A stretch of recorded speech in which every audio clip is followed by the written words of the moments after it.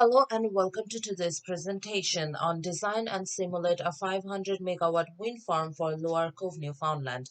My name is Anila and I'll be presenting the objectives, the literature review and resource assessment of the part, and the rest will be presented by my other groupmates Manush Chandra Haldar and Nafis Akib. Well, we chose wind energy for our project as it is the second most viable renewable energy sources, accounting for almost 3.5% of clean energy generation in Canada. The global energy demand is increasing every year, and the fossil fuel is accounted for as the primary energy source. But with the decreasing amount of fossil fuel and the climate, to protect the climate, we have to move towards the renewable energy system where the wind comes by. According to Natural Resources Canada, 655 kilowatt wind turbine installation in Newfoundland can produce 1 million kilowatt of electric energy a year, which can reduce approximately 750 tons of carbon emission.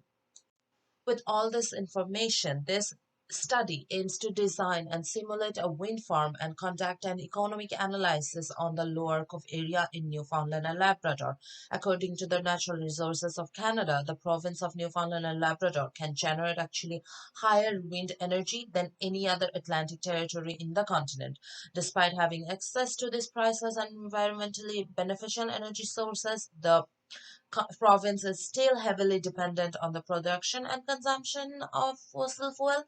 So in with this study we will try to see how the perspective of shifting to renewable energy sources from using fossil fuel. Also, the main objective of this research is to study the site assessment and data collection from the system sizing and calculation, system model analysis, system dynamic simulation, and system production and control with economic analysis. And then finally, we are going to discuss the result and further discussion. For the literature review, we have looked at the remarkable wind energy projects that are on work active in Canada right now. So looking at there, the Black Spring Ridge of Vulcan County is actually the largest one, which has 166 wind turbine, and the first commercial wind turbine was Collie Ridge, and it's also in Alberta with 57 wind turbine producing almost 20 megawatts of electricity. There are also other small wind farm in New Brunswick still, and they are contributing to the grid. Well, even though the individual capacity of the wind turbine has been increased, there is no increase of wind farm maiden capacity. So that actually indicates that the wind farms are using fewer wind turbines that they have the capacity for. Now let's discuss the location. So for this project, the location we have chosen is the Lower Island Cove, which is on the Port Peninsula of Newfoundland, and it is near the ocean on the Gulf of St. Lawrence. And it is a rural community with a gross per capita income of 332 and $500 in the year of 2019. Most of the residents' occupation is fishing, and the community actually has 243 people living in one total 115 dwellings and some other few farms, which will be counted for when we calculate the load of the whole area. And as the location is very near to the ocean, the wind has a very high speed, and so it makes the location a perfect spot for a wind turbine design. Everyone, I am Nafis Akib. I am going to present the next part of our presentation. So first slide for me is the resource assessment. You can see there is two graphs. In the first graph, this is the wind speed, average wind speed of the area for our project, that is the Lower Cove. So we can see the maximum wind speed is 8 around 8, and the minimum average monthly wind speed is 5.37 in the month of June, July and August. And if we see the direction of the wind speed, we found out that most of the time wind speed is in the west direction, and for like 3 months we get it from towards the southwest direction. So now come to system component. So for our project, we are working with the wind turbine. So for this project, we selected a wind turbine that is LTW80, which is a 1000 kilowatt wind turbine. Its cutoff speed is 3 meter per second and cutout speed is 25 meter per second, rotor diameter 80 meter, and the half height is 80 meter. Since our lowest monthly average wind speed is around 5.5, so this wind turbine is a perfect fit for us. So now come to the load calculation. So according to statistics of Canada, we found out that the average household per year load consumption is 71.6 gigajoule. So if we convert it to kilowatt hour, and for our project we considered 115 houses and 2 private farm community, and average load will be 6,267.5 kilowatt hour per day. Other components. The next one is the battery selection. Here the battery is a 1 megawatt lithium ion battery. The nominal voltage of the cell is 3.2 volt, and this battery capacity, that means cell capacity, is 150 ampere hour. Now come to the inverter. This is a bidirectional DC-AC converter, which is known as GTIB 480-100. So it's a grid-tied inverter. The inverter controls the battery charging automatically and can export power from the battery to grid as well. This is the economic analysis of Homer here. You can see the Homer schematic diagram here. So after running the simulation, we get that these two this two system has the lowest cost in case of COE, that means cost of energy and net present cost. So one is a wind and grid. So we can see the cost is very similar or close to each other. So for wind and grid it's $0.458 per kilowatt hour. For wind, grid and battery it's 0.456 kilowatt hour per hour.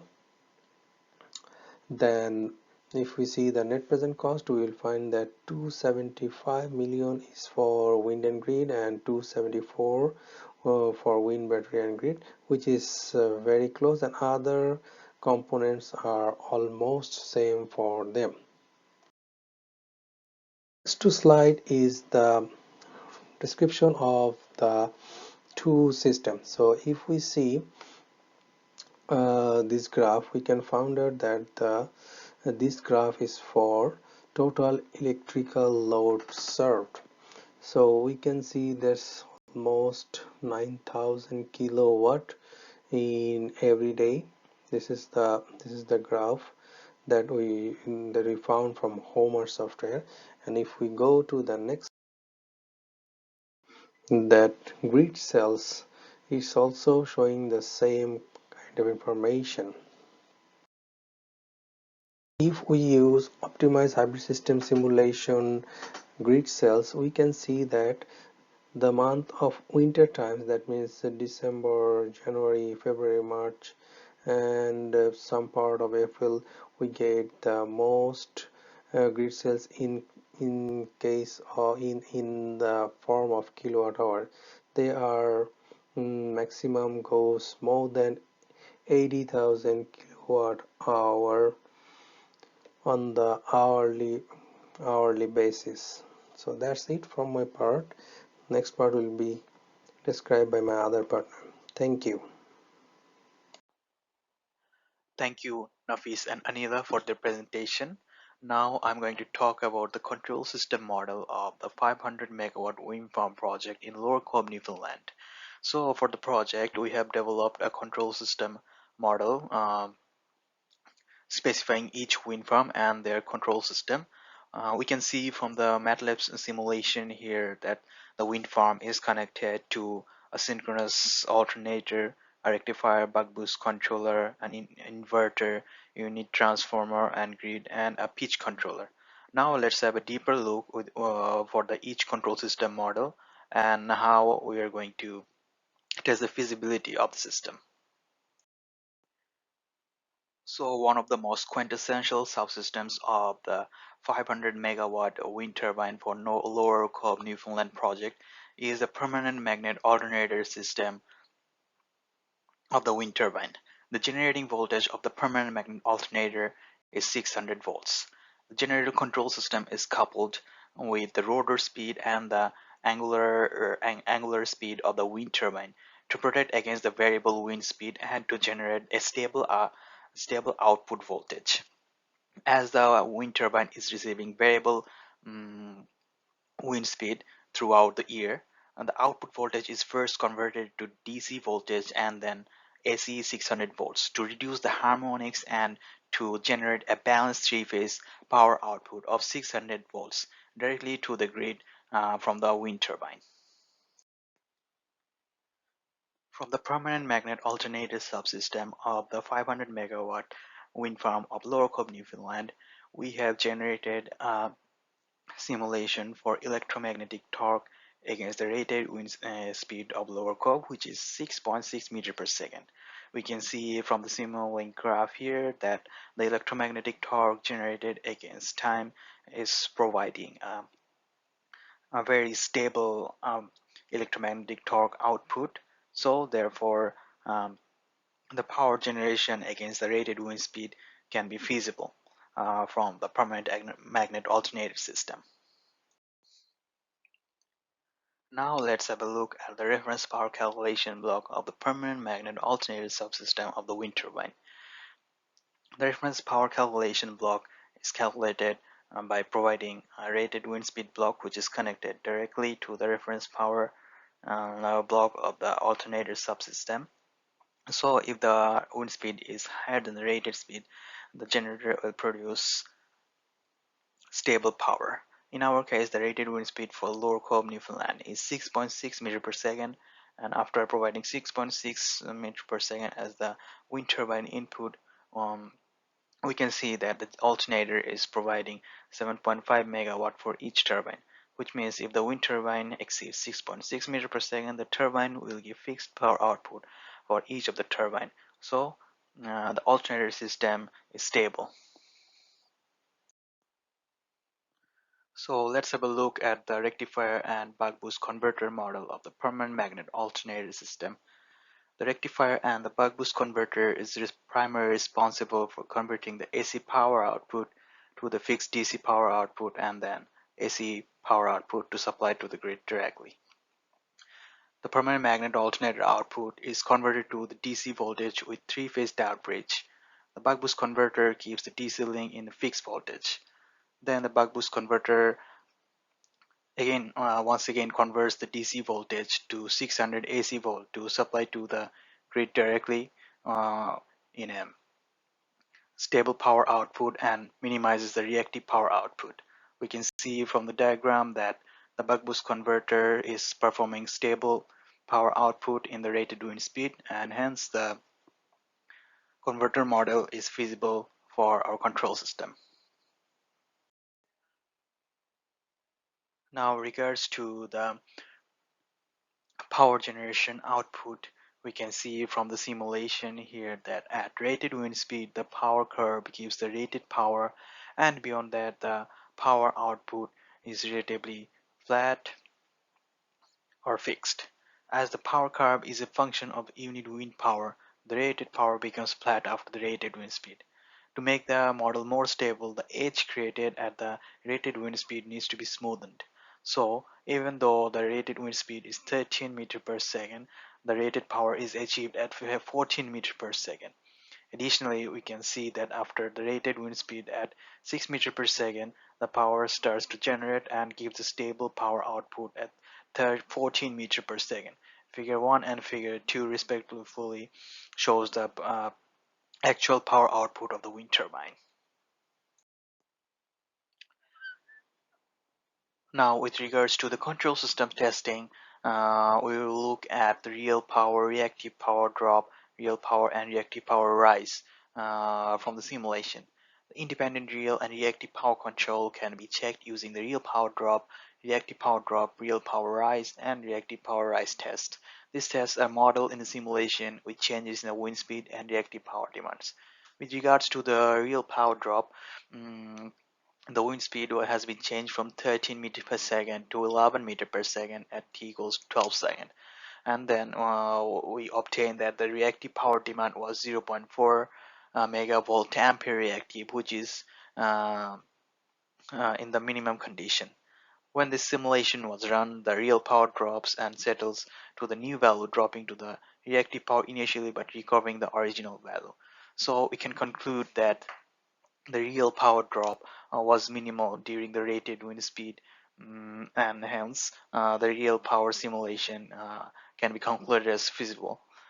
With regards to the reactive power rise, we have simulated a reactive power rise when the power demand was changed from 0.5 megavolt ampere reactive to 0.7 megavolt ampere reactive, but the wind speed was changed at 13 meters per second throughout the simulation. So the reactive power showed a rise.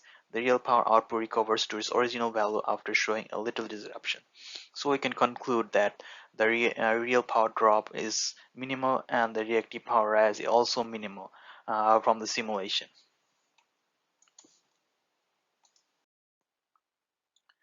To demonstrate the model's ability to reproduce wind turbine dynamics, we performed the dynamic response test. For this test, the wind turbine was operated with a constant wind speed of 15 meters per second. This wind speed was higher than the rated wind speed and hence the pitch controller was active. Then a voltage sag on the grid was simulated from the simulation, and then the real and reactive power response of the wind turbine was observed. Now let's have a look at the test results.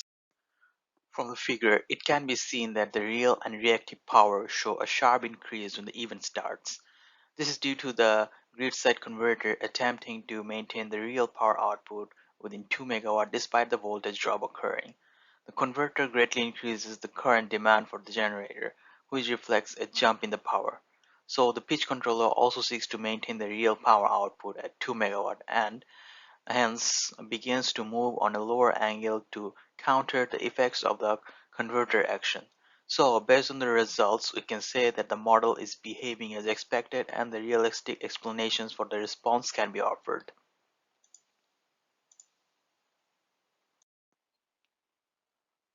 So with regards to the results and discussions, the study establishes the optimized wind turbine system with wind, battery, and grid option for supplying power to the settlement of Lower Cove and other parts of Newfoundland, Canada. The wind grid option has a cost of energy of 13 cents per kilowatt and a net present cost of 275 million. And the wind battery and grid option has a cost of energy of 13 cents per kilowatt and with a net present cost of 274 million, which is compatible in terms of the grid energy supplied cost. The solar system is economically and technologically feasible, and the cost of energy offers excellent value compared to the grid-only option. However, due to financial limitations, installing such a system is far from reality. The project's biggest drawback is the high initial cost. So these are the references used for the project and the feasibility study. Finally, thank you everyone for viewing our presentation, and if you have any questions or concerns, please feel free to reach us.